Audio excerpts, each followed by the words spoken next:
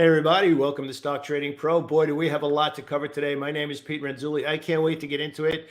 Is the stock market broken? That's the big question we're going to answer right now. And it's basically coming from a lot of the coaching sessions that we've had recently, especially from new members that have come into our boot camp. A lot of comments on social media, both here on Twitter as well as YouTube, where I spend most of my time, even in our Facebook group. Here's the thing. A lot of people are getting more gray hairs right now, getting confused.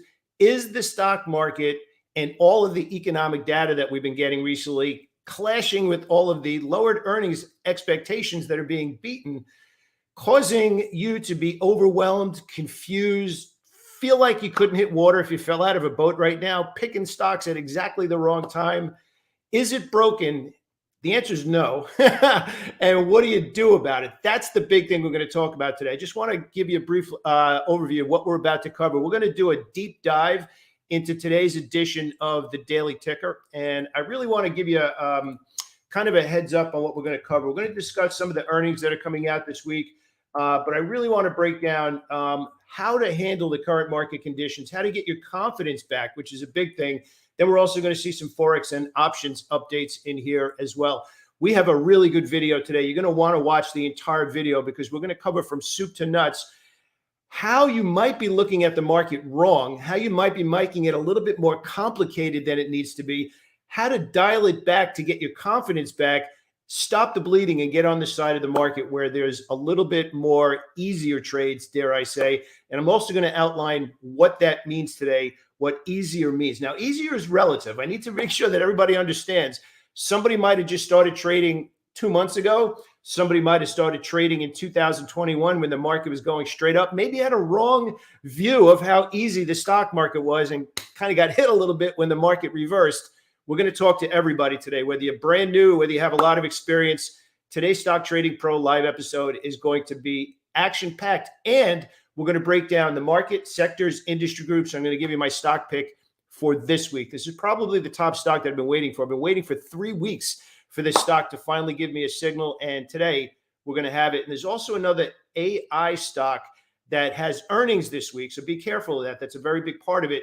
That is just consolidating. And obviously AI is the big news. Last week, NVIDIA popped, was up almost $30 after earnings. NVIDIA has now also entered the AI conversation as well. So if you don't have a big list of AI stocks, I strongly recommend you do that too. So boy, I'm jazzed up after a long weekend, and stick around. I'll be back in just 1 second. Okay, so thank you so much for being here today, everybody. I want you to know how much I appreciate it. So we're just going to do a deep dive. We're going to take a look at the market, and then we're going to kind of break over into individual stocks. But first, we need to set the tone. We need to set the picture. So raise your hand if the market, especially in 2023, end of 2022 and into 2023, driving you a little batty where you kind of feel like, yeah, we got all this confidence. We have this fast rally off of the new year, technology just lifting everybody higher. Again, NVIDIA being the top stock doing that. And then all of a sudden, the market goes into kind of like this 3-week, all these bearish headlines are coming back in. The recession headlines are coming back in. The inflation headlines are coming back in. Still costs $50 to go to lunch for 2 people, which is absolutely crazy. And the stock market kind of had that vicious rally to start the year. And now everybody's confused. Why didn't it continue?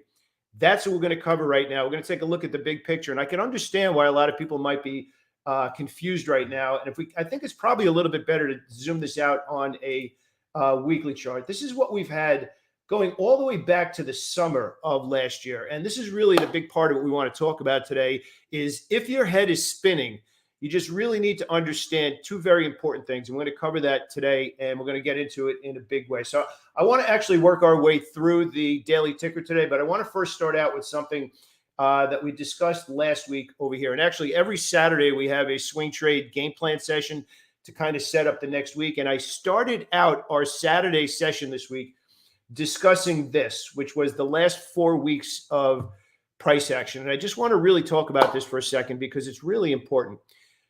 When we're involved with the market and we try and make our living or maybe just make some extra money, could be retired, you just want to make a few thousand extra dollars per month, or maybe you're trying to quit your job and become a full-time trader. It's very, very easy, especially for traders who are not experienced yet. And maybe you've never traded on a trading floor amongst other people where you actually went to the office and traded. it's very, it's kind of unknown that you first need to judge your results based on what was available. And that was the very first thing that I talked about in Saturday's coaching session, which is really a game plan session setting up this week. A lot of people are feeling beat up and losing confidence and saying, I should have done better. Why didn't I make more? Why didn't my swing trades follow through? And I took a step back and I said, look, everybody, let's grab our coffee. It's Saturday morning. It's 10 o'clock. Let's relax. Let's actually see how much money was available before you start making yourself feel bad. And that's actually what I want to talk about over here. Okay. You need to recognize, should you have stepped on the gas last week and expected follow through, especially if you're a bullish trader, which most people are bullish traders. Most people only like to buy stocks. The short side of the market is a little bit more advanced, maybe a little more complicated that you need to get a grip on. A lot of people don't like what people might consider the unlimited loss potential on a short sale, but really it comes down to, if you have discipline, both sides of the market are pretty easy to understand, right? But here's the big thing. Raise your hand if the last couple of weeks you felt like you should have done better, you wanted to make more, and you kind of like feeling like maybe I'm missing something, maybe I need to go watch a few more YouTube videos or download a few more PDFs or buy another course, and what am I missing? Well, if you were making money prior to that, you weren't missing anything other than the fact you have to start to really evaluate your results based on what the market made available. So what I mean by that is, if we kind of zoom out a little bit over here, this is the last 4 weeks of trading, and specifically the last 2 weeks. So the orange parts on the screen mean that a particular sector over a 5-day period did not rally or decline more than 3%, which is really not that big of a move.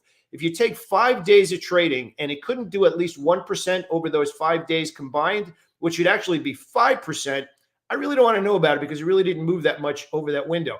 And we're actually dialing it down even more, where we're talking about it only needs to do 3%.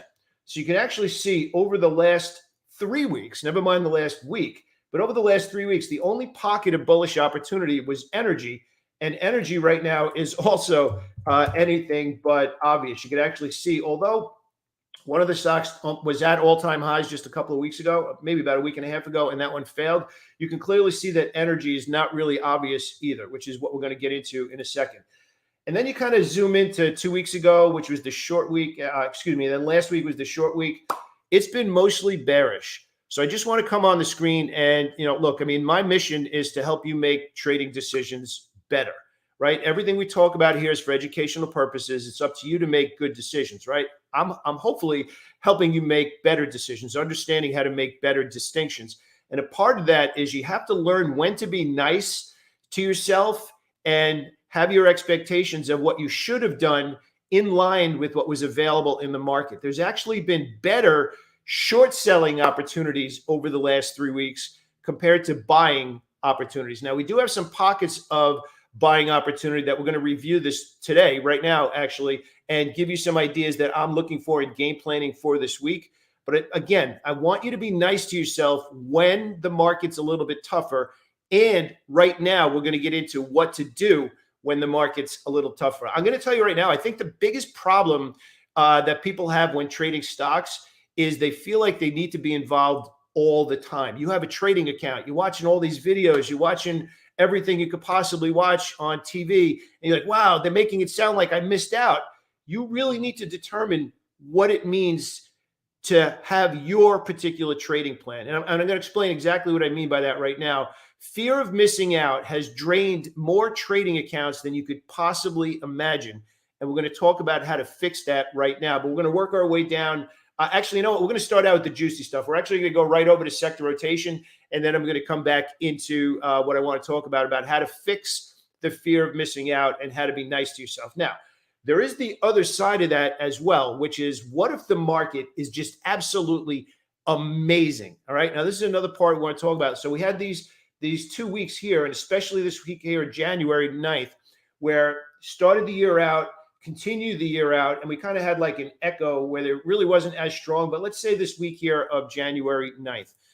You also need to recognize when your stocks are at the optimal entry, when the market is obvious, and more importantly, when your stock and the other stocks in that sector are all doing the same thing. And in this case, on the bullish side, there was a lot of money flowing in at the same time, and particularly semiconductor stocks. Tech stocks just launched into 2023 and pretty much lifted the entire market. Money kind of shifted out of industrial stocks. I'll show you what I mean by both of these, because I really want you to start to visualize what it means for it to be obvious. And that's actually a clue on what we're going to talk about today.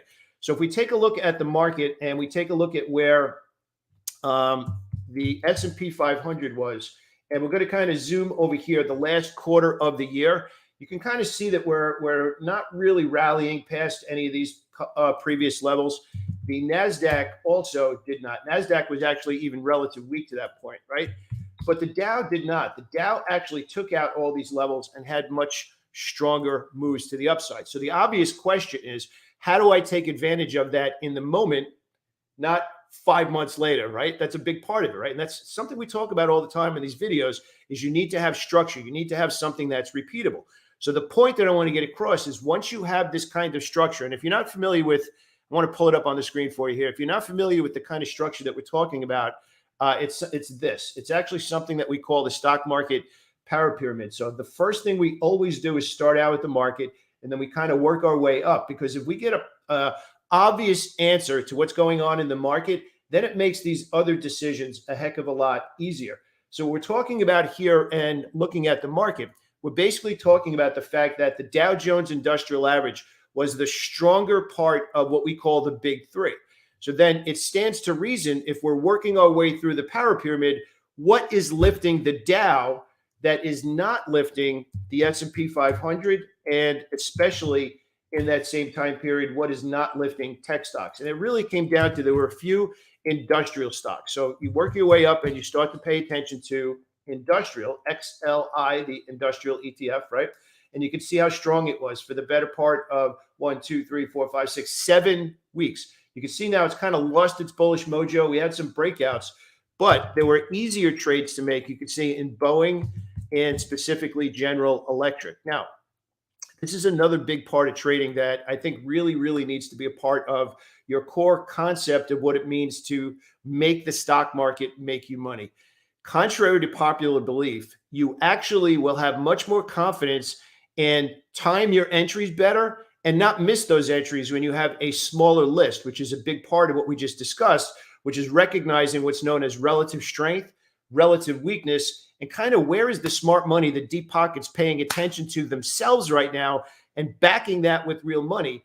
Once you understand where the market is, where money's flowing into particular sectors, then it's really just a matter of breaking it down and say, which stocks in that obvious sector are the ones I should be paying attention to. Now, Boeing up over $200. General Electric at that point was only in the 50s, I believe, $48 before it actually took off. Again, just to give you an example of those two stocks. But now you can see that they've actually been kind of sideways, even though GE and GE Healthcare are still kind of holding the bid there. Boeing and a lot of other stocks that carried the Dow Jones Industrial Average higher have now gotten weaker. And you can actually see here on this chart of Boeing, it's actually now broken down after a nice, really nice, solid 7 to 8 week move to the upside, maybe even longer than that. And now you're starting to see some other stocks in that group also break down. So what does that mean, and how do we take advantage of that right now? It essentially means that we just need to step up again Sunday night every day as the market goes on, Sunday for Monday, Monday for Tuesday, and start to have some sort of process for how we're determining, is it obvious and is it still valid? So if we kind of shift on over to those industrial stocks, they were obvious and valid for a while. And if you were in our community, we were pounding the table. And the phrase that we use is belly up to the bar. Belly up to the bar in General Electric. It's moving. Belly up to the bar. Boeing is taking off. Even Caterpillar and a couple of other stocks in that group actually performed pretty well. And we stayed there. That's the biggest thing I want to get across to you right now. Stocks don't break. If they're still obvious and they're still moving in that direction, you're not going to wear it out. Continue to trade it. As long as it has volatility, as long as it has liquidity, as long as it's obvious, stay there. We call it a broken ATM. If you have a broken ATM, stay there. But the second part of that, which is a big part of the daily ticker today, and by the way, if you want to get your own copy of today's daily ticker, you can actually click the link below the video. You'll see a copy in there. You can go to File and download or file and copy. Let me actually show you how to do that, just so you can actually take care of that right now. Let me get this off the screen here. So when you go into the daily ticker here, you can go over here to file and either make yourself a copy or either download yourself a copy, because there's a lot of stuff on here, especially the earnings that are scheduled for this week and whatnot. Anyway, I want to get back into the market and get back into what's going on now. So when the year started, we kind of shifted on over and we started to see technology stocks kind of carry the entire market. And more specifically, we started to break that down into semiconductor stocks. And semiconductor stocks kind of took the wheel, and now they are lifting the market. Now, it's a big thing to recognize right here. And I want to get this across in such a big way.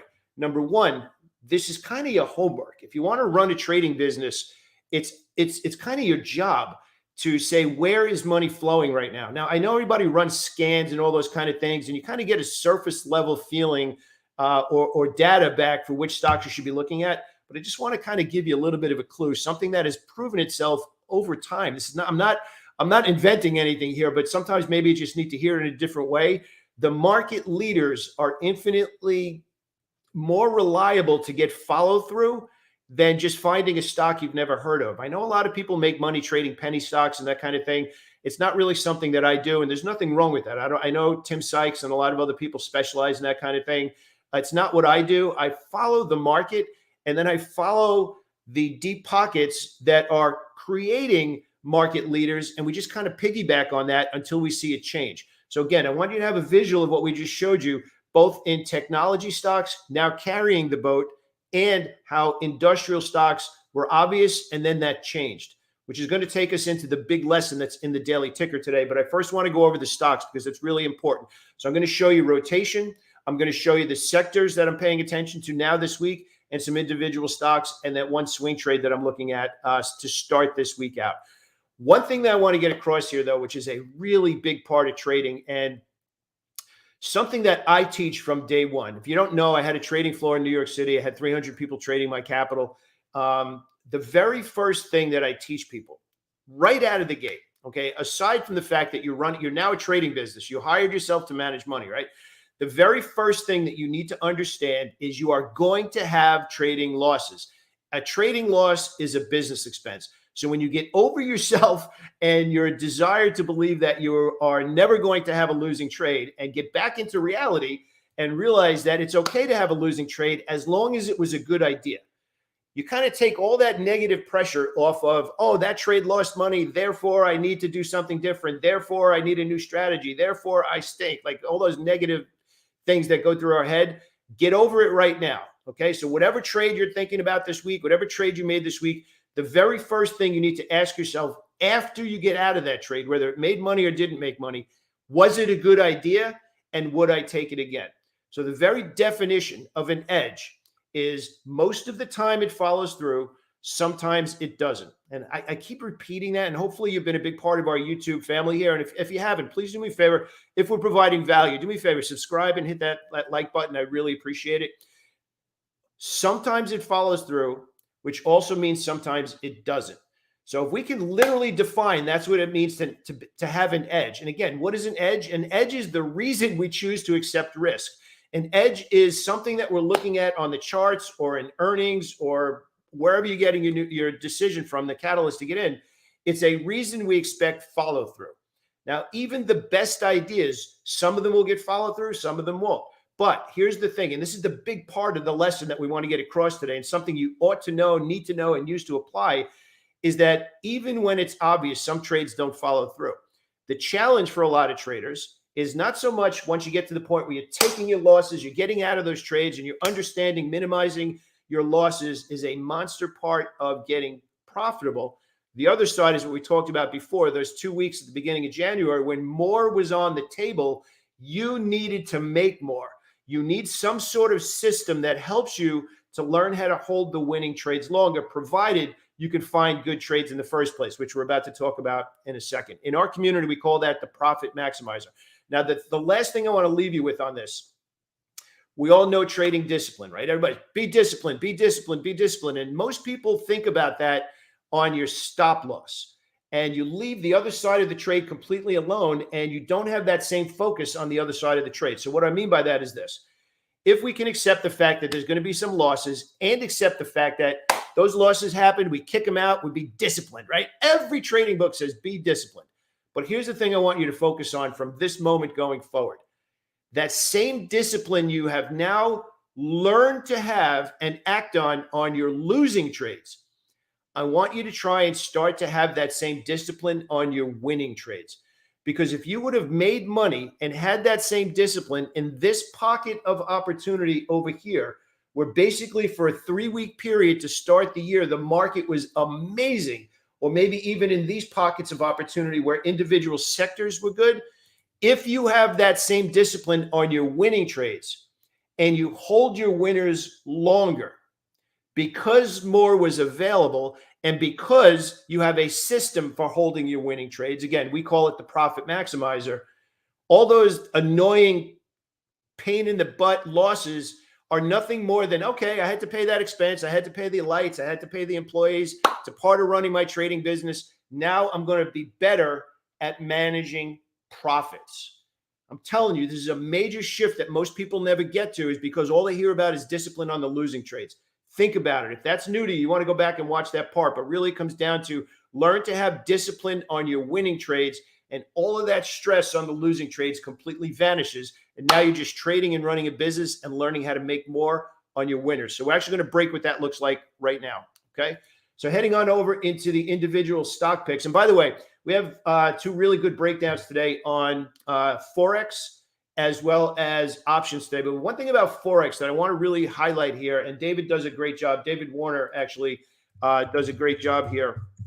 Let me actually give him full credit here, is a lot of people kind of discount the US dollar and how much watching the US dollar can influence the equities markets. So if we kind of take a look, and especially the US dollar against the Japanese yen, you can actually see the US dollar almost moving in sync with the way the equity markets are in a very certain way. So if you haven't boned up on, or if you're not familiar with how the Forex markets work and how they affect the United States equities markets, you definitely want to keep an eye on this. But we're gonna work our way down into sector rotation now, because this is really the kind of the meat and potatoes of what we want to focus on today.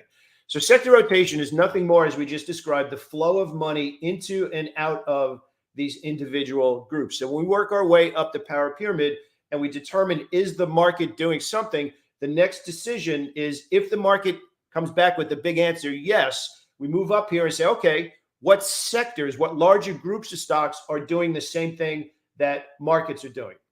Easier trades there. Why? You have this solid foundation under your idea. You now have another layer of a foundation under your idea. The more solid your idea, the greater conviction. And that's actually a big thing to learn in trading as well.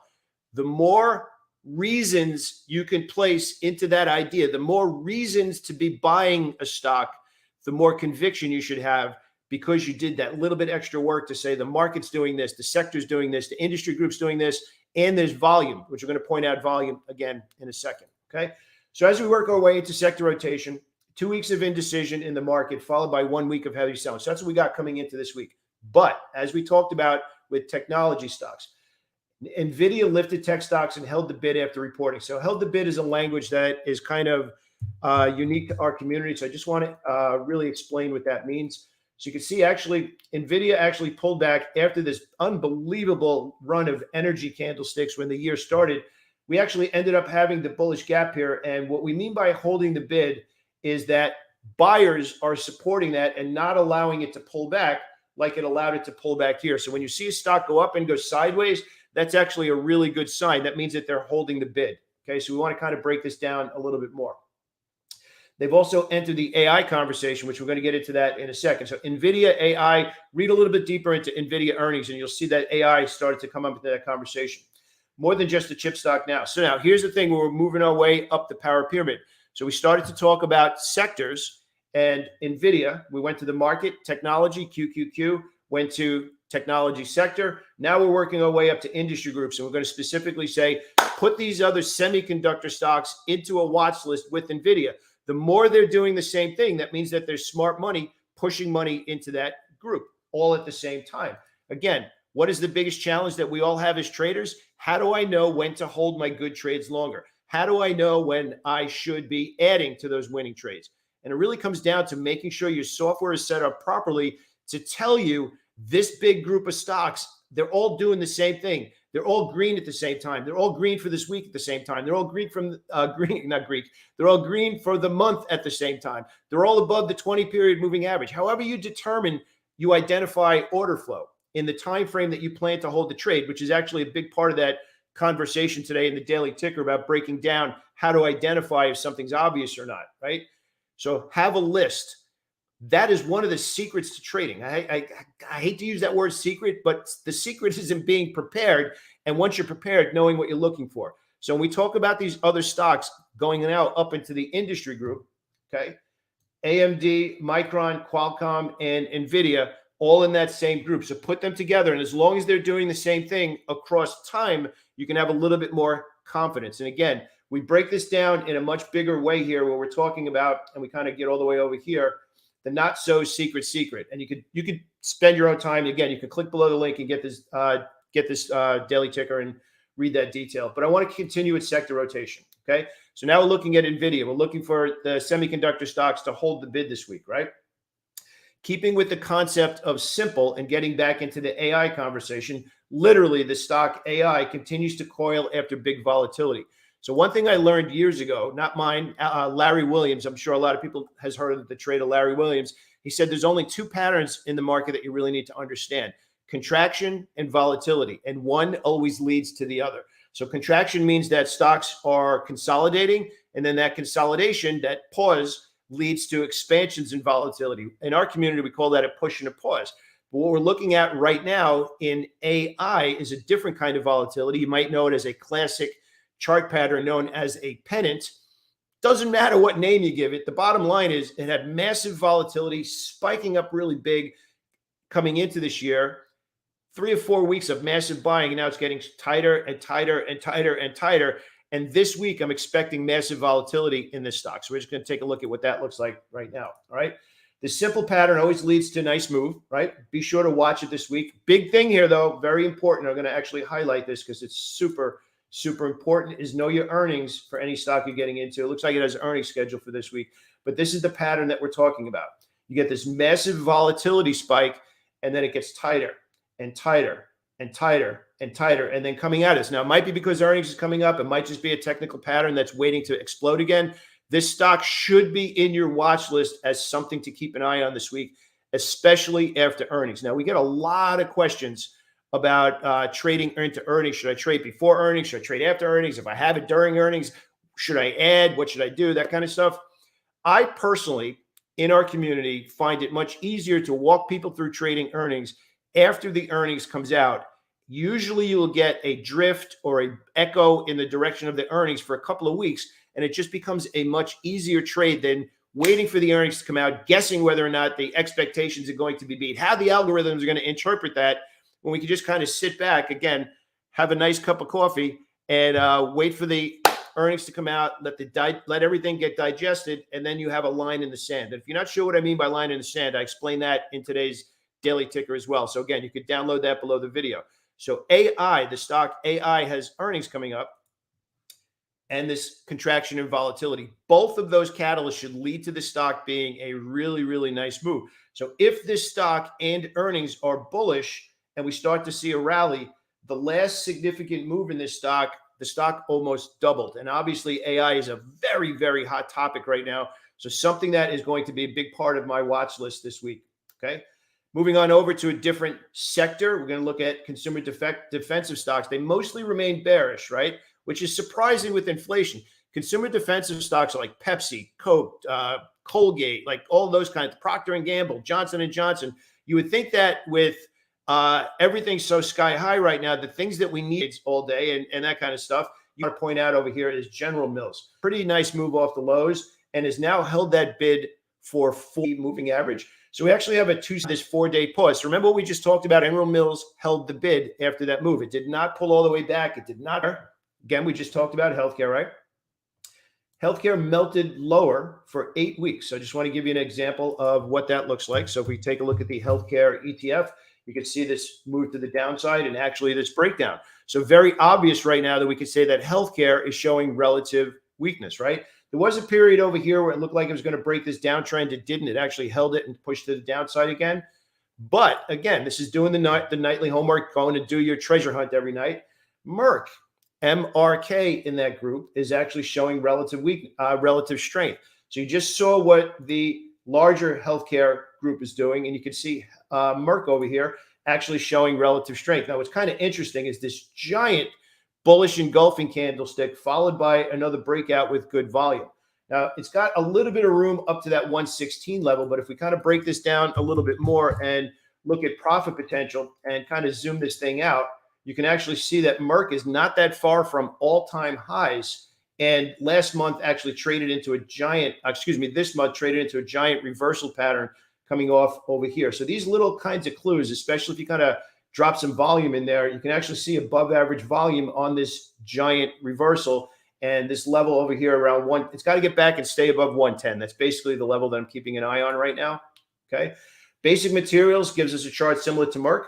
MOS, which you can see here, showing some good relative strength compared to the rest of the group. So again, we could take a look at the Basic Material group, and you can see they have mostly been bearish. But again, this is where we learn to stack the order flow. Stacking the order flow is recognizing it. Again, I'll show you how to do that. Recognizing it from one day to the next, 1 week to the next, 1 month to the next. So nothing outstanding here, right? But wait a minute, that's interesting. And look at the volume. So now you'd be like, great, Basic Materials actually did something with big volume on Monday. Is there anything in Basic Materials that might make me sit up in my seat and pay attention? I'm going to show you two different versions of two trades that meet that criteria. The first one is Mosaic. Mosaic actually rallied and actually is sitting at an optimal entry last week. So the market took off to the downside last week. Mosaic actually rallied. You can see there's some massive resistance over here in the 55 area. So it's actually a two-step trade. One trade up to 55, and then considering to add over that. Now, here's the other one. A sneaky one in this sector is CF. Now, you can look at this and be clearly like, what are you talking about? He said, don't buy stocks going down. We're not buying it yet. We're paying attention. We're putting this in our tracking journal. Look at the expansion in volume above the average volume in CF and during this pause, but especially the last 3 days. Bullish gap, 3 out of 4 of the last 4 days bullish, and an increase in volume. Okay, sneaky. Bearish to neutral at best, but volumes increasing, a classic sign of accumulation. But this is important here. No trade yet, but one for the tracking journal. Now, again, this is something that's very important that we get asked all the time. Why am I missing my trades? Why am I missing these good ideas? It's because you need to have two different journals. Again, Google Doc, hard, wherever you want to write it. It's not a lot of work. CF into the tracking journal. If CF breaks above 60, what's that price? 87.50, give me a call. So what you would do on your software, and we'll pull this up over here just to give you a little bit better version of it. So we can clearly see it's kind of going sideways. And now it's in our rotation. We just want to be like, okay, that's interesting. Now it's 87. Hasn't been it. Couldn't get above 87. Couldn't get above 87. Couldn't. Got above, came right back in, got above. 87 matters. So what do? You'd be like, okay, volume increasing, XLB having a big day on Friday. You want to set an alert. Whatever software you're using, go into alerts. You have CF on there, and you basically say, okay, just give me a call when it crosses above 87. Not going to trade it yet, but it's important. It's something I want to keep an eye on. This is how you capture great moves at the beginning of the move because you're prepared. CF is not bullish yet. Basic Materials, not bullish yet, but something is changing. And that's why we do this every single night. We understand the flow, but has anything different happened yesterday that should make me want to take a look? And that's what came up in Basic Materials yesterday for our community. And we discussed this on our Saturday call. So set that alert for 87. If it gets up there, pull it up.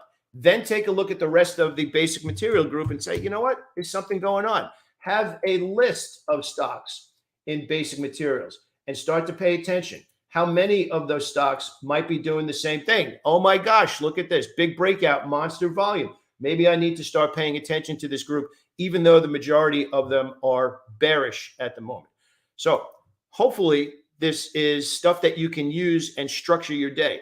both from a game plan, what I'm looking to trade today and this week, from a tracking journal, what might not be a trade right now, but maybe later in the week. How do I find the difference between stocks that are in tomorrow's game plan versus stocks that might go into the tracking journal? How do I take a look at the market so it's structured? We talk about that today as well, but let's actually finish up over here, okay? So that's the breakdown for sectors. Now we get a little bit into energy, right? Energy got bashed, and we talked about ExxonMobil failed at that all-time high breakout, kind of dragged the market down. We were really looking for this one to follow through. It didn't. This one to follow through, and it didn't, right? But again, this is doing a little bit of homework. One energy stock shines on the bullish side, and that's EQT. So now we're working our way all the way up the top of the power pyramid. Now, this is important. The energy sector is bearish. The stock is bearish. But you start to notice when smart money at the lows holds the bid. You start to notice when they buy a little bit more. You start to notice when they continue buying a little more. So they stopped it from going down. They started to nibble. They didn't let it go down again. And now all of a sudden, the stock that's in this 6-month bearish order flow is getting attention. Now, here's the big thing with this. I can hear you saying it, but we talked about on 20 other videos, don't buy stocks that are going down. That's right. We just said that the stock is in the stages of reversing. It's still at or near that downtrend. So you just want to be super clear about this, right? Still at or near this downtrend, going all the way back to this big classic technical double top from last summer. But tell me that's not interesting. Tell me this isn't now something that shouldn't be in your watch list simply because you did 5 extra minutes of work and say, where did money do something different? Where did somebody spend real money yesterday to create that big, beautiful green energy candlestick? And then how does that translate into another trade? Well, we all know, we can clearly see right now that, again, there's a price that it's having a hard time getting through.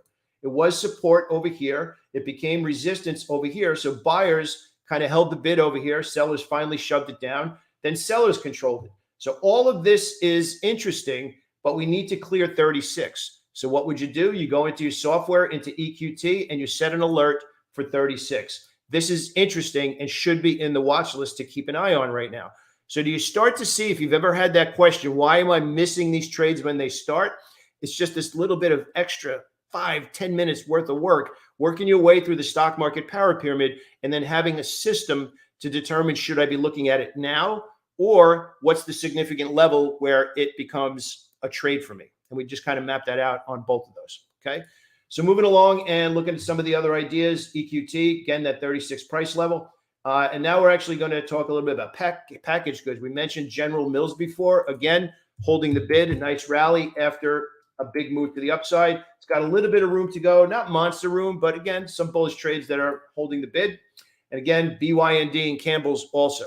Now, individual stock picks, I'm actually looking at Meta for this week, and you can see this big pullback. There's also conversation, which is a big conversation. Anytime a company starts to announce negative reviews for employees, that everybody's implying that's going to lead to layoffs. Layoffs usually mean a good bounce to the market. So looking at Meta right now, heading into this week, I'm looking for Meta to catch a bid this week and ultimately break this downtrend since earnings and make a run up towards that 200 level. If it rallies and pulls back, big deal. Like I said, take a loss, move to the next trade, set up the next one. Meta is still really, really strong. It's still pretty much holding the bid. If you use moving averages, the 20-period moving average kind of finally caught up to this big move. And now it's in my radar and in my watch list for this week. So to be clear, and the whole trade is broken down here. We got the entry, the stop loss, the add shares.